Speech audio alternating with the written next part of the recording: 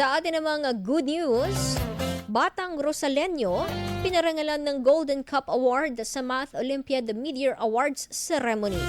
Detalye ng good news na yan, alamin natin kay Idol Ruru Hugotero. Isang karangalan ang iginawad sa bayan ng Rosales matapos tanghaling Golden Cup awardee si Harold Abrina ng Barangay Carmen West sa Math Olympiads Training League Incorporated Midyear Awards Ceremony na ginanap noong Hulyo 13, 2025 sa Tijeros Hall, Cam Aguinaldo, Quezon City.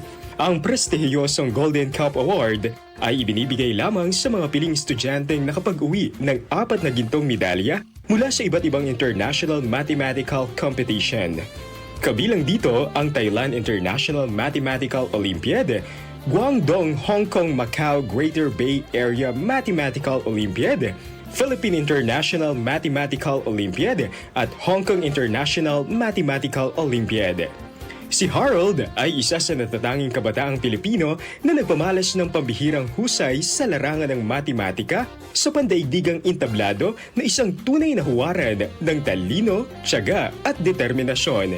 Lubos ang pasasalamat at pagmamalaki ng buong bayan ng Rosales sa kanyang tagumpay. Hindi lamang niya pinasaya at pinarangalan ang kanyang pamilya at paaralan, kundi itinaas din niya ang bandera ng buong lalawigan ng Pangasinan sa larangan ng edukasyon at agham. At yan ang ating good news. Ako si Idol Ruru Hugotero, Tatak IFM. IFM News. IFM News. IFM News.